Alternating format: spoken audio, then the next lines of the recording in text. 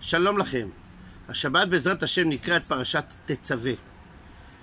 פרשת תצווה יש לנו מספר נושאים: שמן המאור, בגדי הכהונה, קדושת הכהנים, קורבן התמיד, מזבח הקטורת. ושם כתוב פסוק מעניין: ואתה תדבר אל כל חכמי לב אשר מלטיב רוח חוכמה, ועשו את בגדי אהרון לקדשו לכהנו לי.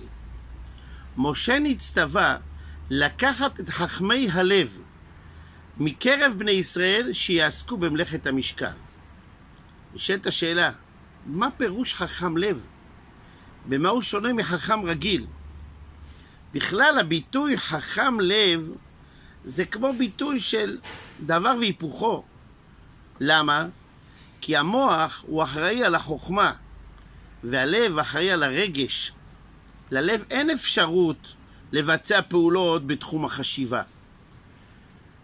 אומרת התורה, בבניית המשכן כוונת הלב קודמת למעשה. הלב קולט את חוכמת רוח האלוקים, לא המוח.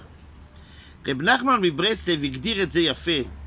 הוא אומר, הלב הוא הצייר של המידות.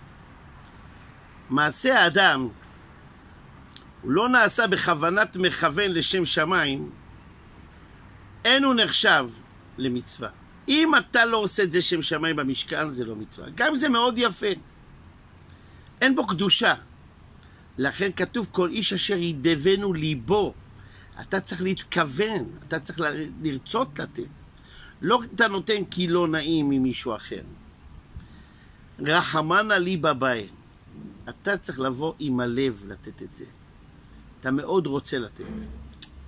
מספרים שבאחת ההופעות של רב שלמה קרליבך, שהוא נתן בניו יורק, אולם עצום, מלא, גמר את ההופעה, ועוד אדרן, ועוד אדרן. והקהל התקשה לעזוב.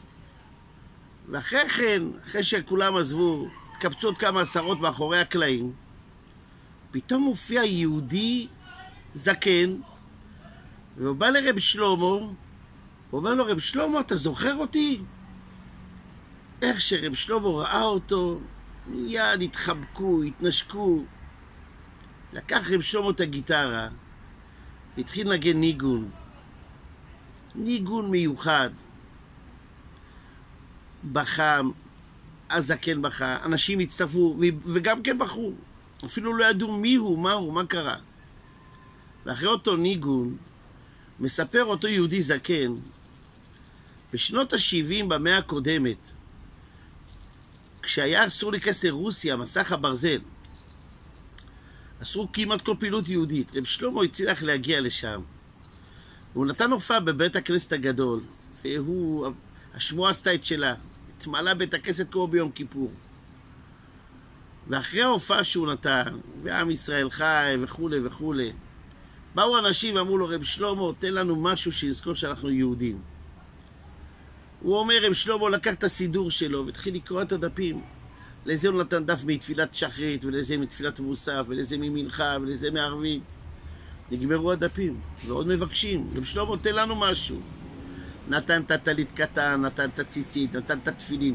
כל סממן יהודי הוא נתן. לא נשאר לו כלום. הוא צריך לחזור לארצות הברית למחרת. ואז הגיע אותו יהודי זקן, הוא אומר, אני הגעתי, ואמרתי, רב שלמה, לי לא השארת כלום. איך אני אזכור שאני יהודי? הסתכל רב שלמה ואמר לו, אתה יודע מה? נכון, לא נשאר לי כלום. לך ניתן את הלב שלי. הלב שלי אני נותן לך אותו. ואני אתן לך ניגון שתזכור שתמיד אני איתך. כשיהיה לך קשה, תזכור את הניגון הזה, תדע לך שהלב שלי איתך כל הזמן. וכך היה. הוא נתן לי את הלב, ונתן לי ניגון לזכור שהוא תמיד איתי. והאמת, זה מאוד חיזק אותי. זה מאוד שמר עליי. והנה אני פה, ברוך השם. שמרתי על היהדות שלי. זה הניגון ששמעתם עכשיו. על זאת ההתרגשות. רחמנה לי בבית. ברגע שאתה נותן את הלב, אתה נותן את הכל. כשאתה עושה משהו, כשאתה תורם, כשאתה עוזר, כבר אתה עושה את זה. תעשה את זה עם לב שמח. היהודי השני מרגיש איך נתת. כשאתה נותן את הלב, נתת את הכל. שבת שלום ומבורך.